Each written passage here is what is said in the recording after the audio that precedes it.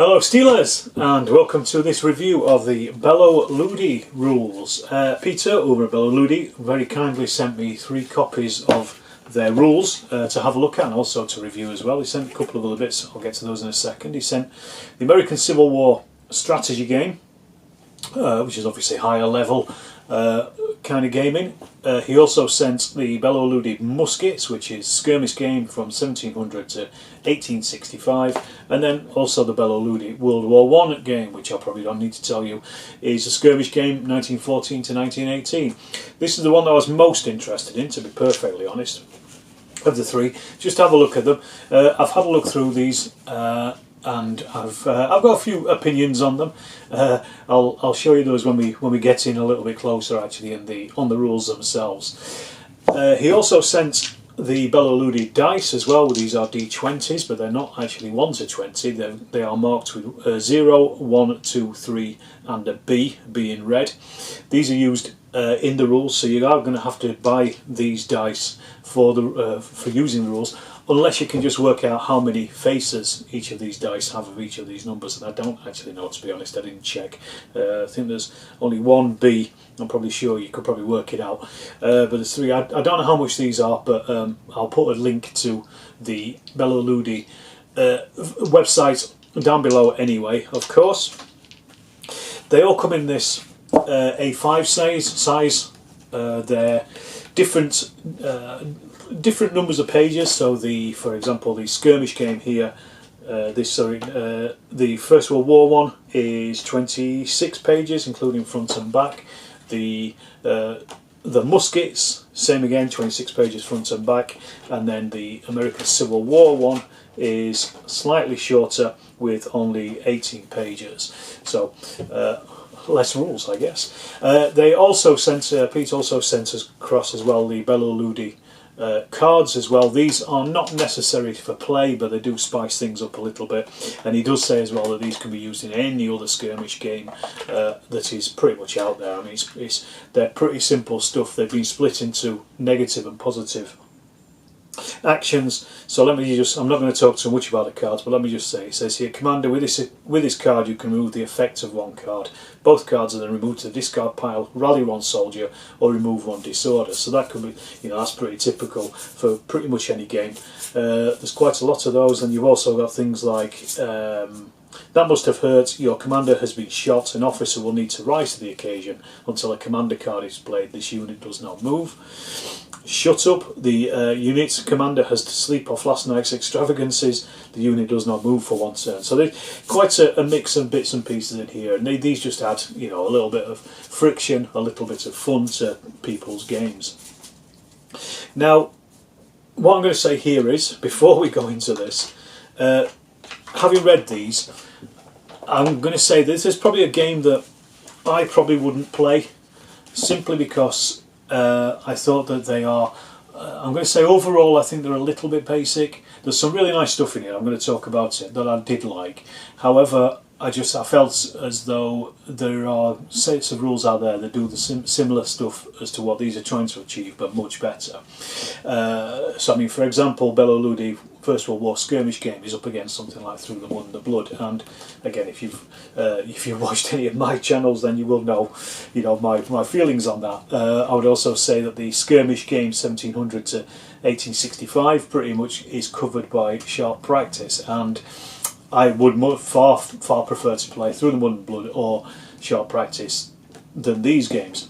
That said, these are very specifically set out, and it says this very much in the rules themselves and also on their website of Bello Ludi, as an introductory war game, and they are used, from what I can see on the website as much as anything else, they are being used for team building exercises, for getting groups together who don't normally play war games, and I think they would work really well for club games. A very quick, simple game if you're not too fussed about having too much history in the games themselves, and that's the thing.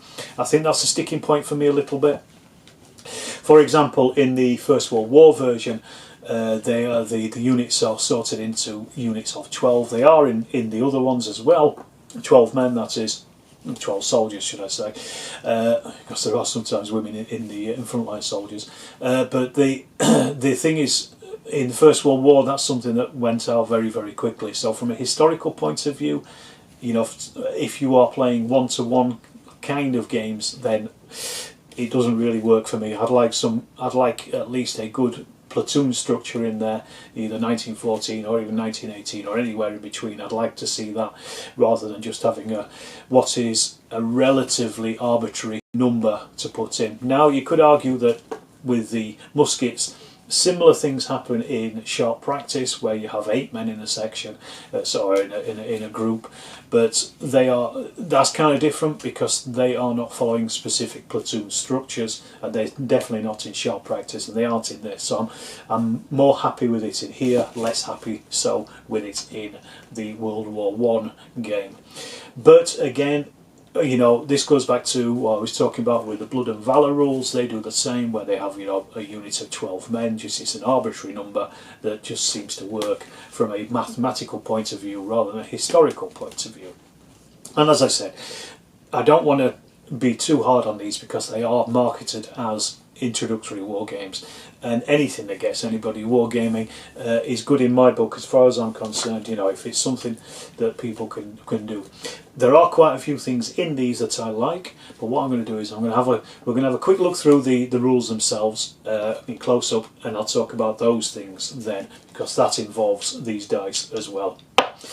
Just to mention, that was one thing as well I didn't really like, is having to buy, well, in my case I didn't because Peter sent it to me, but I don't like always having to buy extra dice for things, for special stuff. I mean, I'm not that keen on using lots of different dice anyway. I prefer D6s for everything, if you can do it, and then having to buy separate dice on top of that always kind of puts me off a little bit. I've seen it in quite a lot of modern games, and I just think, you know, these are things that you could quite easily do with a D6. But that, again, that is entirely down to my personal opinion, and if you like using different dice, then you'll probably like these games. We'll talk about the dice though, because there is a thing that with these that I do actually like as part of these rules. So as I say, what I'll do is I'll get in close, and we'll just have a look quickly at some of the rules in a little bit more detail. So as you can see here, they all have quite a nice similar look to them. They are very nicely produced, actually, you know, for the rules themselves. And just to quickly flick through, I mean, they're, you know, full of colour photographs of figures doing what they're supposed to be doing. They have an introduction there. This is the muskets one, obviously. We do have you know, stats and things. It's nicely written as well, easy to read. I think maybe, I don't know, it reads a little bit more like a book than rules, which is quite nice. So it might be a little difficult to go back and actually find the specific rule that you're looking for, but the rules themselves are relatively simple, and I don't mind simple rules. What I don't like is movement rates, fixed movement rates, and we have them here. But again, you know, I'm going back to these being introductory war games. It's relatively simple stuff, and to be perfectly honest, most of the rules follow through in all of the different games. So the ones that are in the muskets game are also in the First World War game. Pretty much the only thing that's different is they've added in a few different weapons, different unit types, that kind of thing. Now, the thing I wanted to talk to you about here is this. This is the command phase, and I do like this a lot because this adds a bit of friction, and this is where these dice come in. As I say, they're D20s, but they are marked with the Bello Ludi dice. So you have, you know, you've got the B, and you've also got 0 through to 3, as you can see there. Again, I haven't counted up the number of faces on these, but you could probably work it out or so. But the way you do this is basically when you want to get a unit moving, you roll your Bello Ludi dice, and whatever it gets up is how many orders they have. So you can't have between 0 and 3 orders. You also then have on top of that a blunder, which is the B. You will then roll on a blunder table, which will then tell you basically what happens to it. So it's a little bit of friction, a little bit of added frisson of fun in the game, and there's only one B out of the 20 sides, so there's only 1 in 20 side, 5% chance of you doing a blunder. So the kind of blunders you would get here Commander can't give any orders this turn, all orders are lost. You'll have to roll a d6 on the blunder table to see what happens to your unit that you try to order around. Now let's just find that blunder table. This was another thing I did find was quite difficult, was just actually trying to find bits and pieces. I think it's towards the end, but I could be wrong. You're with me here on this one, looking through. Blunders, here we are. It's in the quick reference sheet. So it says, look, for example, you roll the d6, back men, 2 moves to the rear, regroup, 1 move to the rear, to the left, 1 move to the left, to the right, 1 move to the right, 1 move forward, and then you may charge up to 3 moves forward as well. So it's a little bit of randomisation, just throwing these things about. Just while we're on this page, here's an example of 2 sample armies consisting of 86 points value. It looks to me very much like a square bashing army, to be perfectly honest. You know, three or 4 units in there with a small weapon attached as well. But just to go back here, I mean, again, we have some interesting bits and pieces with the actual dice themselves, and this is a little bit more apparent in the World War I version, where you actually use the dice again as a scatter dice, basically. So it points it out here. Whatever you roll, so let's not roll a 1, let's roll a 2 here. So whatever you roll is a 2 there, and whichever way the dice is actually pointing is how many inches the grenade or whatever it is you're throwing will scatter that way.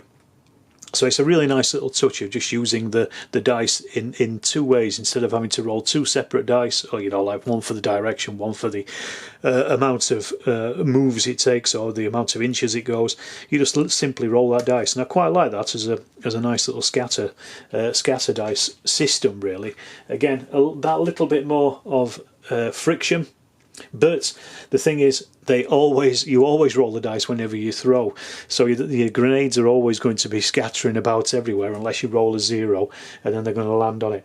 So, you know, it's a bit of fun, but it might get a little bit overpowering. Yet I would have thought that you probably roll to see if you hit it, and then if you don't, then you roll your dice to see the other way around.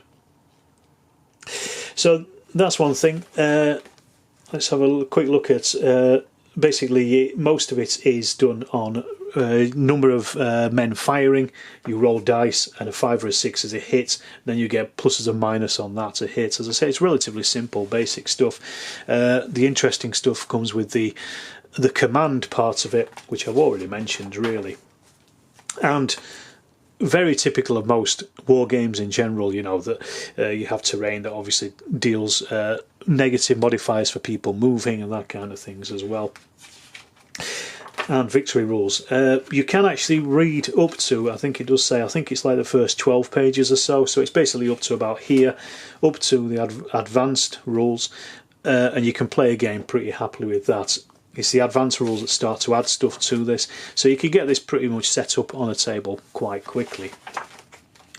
There's some of the other titles as well for Bello Ludi. So we've got the strategy game, so this is the higher level stuff, the rifles, 1865 to 1914, First World War, the strategy game American Civil War, which I've got here, the Ancient Medieval, and also Second World War as well. So let's just have a quick look through the old American Civil War one here. Now this is, you know, a period of history that I know very, very little about. I know it happened, and that's about it really for the American Civil War. But this is ever so slightly different, because instead of using individuals, you are a brigadier in the Confederate or a Union Army in this. So you're not actually controlling individual figures, but you are controlling units of figures. So they are on multiple bases. And again, quite a nice, simple, abstract way of just playing a large-scale game with just bits and pieces here, just to really round this stuff out. Once again, using those dice again, and also, if you really wanted to as well, throwing in the Bello Ludi cards, which I've got here as well. So no, they're the skirmish ones. I don't know if they fit with the with these ones. I can't remember actually. Oh no, we can use these as well, so you just stick those in if you really want to. Relatively simple stuff. Again, 5s and 6s are hits, and that's pretty much it. You damage, or you and you take them off, or they become disordered or shaken, and that's about it. And you have, but in this one you have formations, so you can change formations, that kind of thing. And then once again, we get to page 12, where we have these extra rules. They're all pretty much based around a similar theme. Well, you're probably starting to pick that up, so there's probably not much point in me talking about it in the First World War one. Now, in the First World War one, this is the one that, despite the nice layouts and the nice pictures and everything, this is the one that I did have the most issue with. And as I say, this is really down to the fact that we are dealing with groups of 12 soldiers, 12 figures in a unit. I don't think there doesn't seem to be a picture of these, but it mentions it here, and you can see here we've got 12 men in a section, which, as I say, just doesn't really work for me from a historical point of view at all. I know it's a game, and games are games, at the end of the day, but also as well, the other thing I didn't like so much about this was just the ranges. Rifles are only firing 24 inches, which you may or may not have noticed is about the same range for a musket in what is the same basic game, but 200 years earlier. Have I got the right one here? That's a skirmish game here. So muskets and rifles 24 inches, whereas a bolt action rifle 100 years later is still only firing 24 inches. Now, once again, they are supposed to be two different games, and they're not supposed to be mixed, of course, absolutely, but I always just think, these kind of things, these arbitrary things are, it just, to me, it just makes it more of a game and less of a simulation. I know, it's almost impossible to simulate war with toy soldiers on the table, but even so, realistic ranges are, I think, something that we should really be looking at these days. That said, again, I'm going to keep going back to it. These are meant to be learning war games. They're meant to be fun, and I think they would be fun. We also, I've mentioned it, so I'm not going to say it again. But the platoon thing really just does it gets to me. I'm a historical war gamer. I like to see history on the tabletop. But again, very similar in layout, and also just in rules with across all three of these rules, basically. Very simple stuff. 5 and 6 hits. I do like that simplicity because you can hold it straight in your head, right? I just need to roll a 5 or a 6 with a plus whatever. Dead easy. You don't need to be that granular with this kind of thing. And what I did notice, I'm going to find it, and I was very pleased to see this actually in here, is not just with artillery. Where is it? It's somewhere in here somewhere. Buried somewhere, I think. Let me just find it. But it's rifle grenades. They are used in here. I'm just trying to find them. But once again, they're not really part of a unit. They're just kind of added in a little bit as a here's something else from the First World War. Where does it actually fit in? I'm trying to find it now. Flamethrowers. There we go. Rifle grenadier. From 15 on, you can designate up to 2 riflemen in units as rifle grenadiers. These will actually a mobile artillery support. It's a range of 18 inch and uses a 2-inch template. And then also, you roll the Bello Ludi dice as well to see.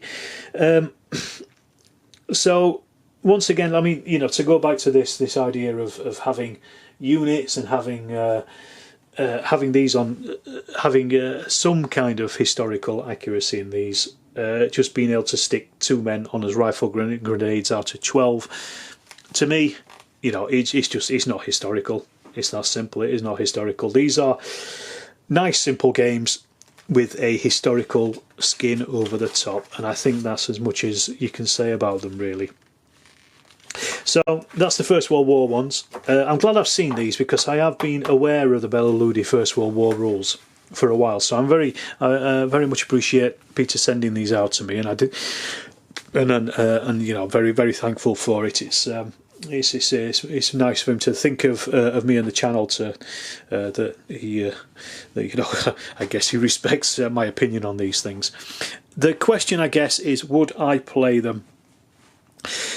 I think I would play these if somebody else was putting the game on, if that makes sense. I don't think I would be, and you've got to remember, I've not actually sat down and played these. I have read the rules, and I'm fairly, I'm up on wargaming enough to know how rules work, so I can see how they'd work in real life. But I don't think it's something that I would rush down to the club and say, oh, we've got to play this, that kind of thing. But that's just me. This might be something that would be perfectly easy, nice for you to pick up. It might be a good price for you. They are very well produced. They are very nice to look at, as I say, very well written as well. And I think it's always difficult to put rules out in the public, because you are putting yourself out to criticism, and I don't want to criticise them too hard, because I know what the basis of them is, and that is as a learning game. It even says so in the introduction as well. They're not supposed to be overly historical. But yeah, that's I suppose that's my review, I guess, is I don't think I would play them, but I'm fairly sure there's plenty of people out there who would, and who would enjoy these, and I'm sure there's plenty of people out there who do enjoy them. If you're one of them, let me know in the comments. Let me know what you think of them as well. Otherwise, if you've played them yourself. But yes, I'll wrap it up there. It's giving you an idea of how they look and what you get for your money. So check them out. Go and check out the Bello Ludi website, and if this creates some sales for Peter, then good stuff. Alright, I shall leave it at that and say thank you very much for watching this short review of these rules.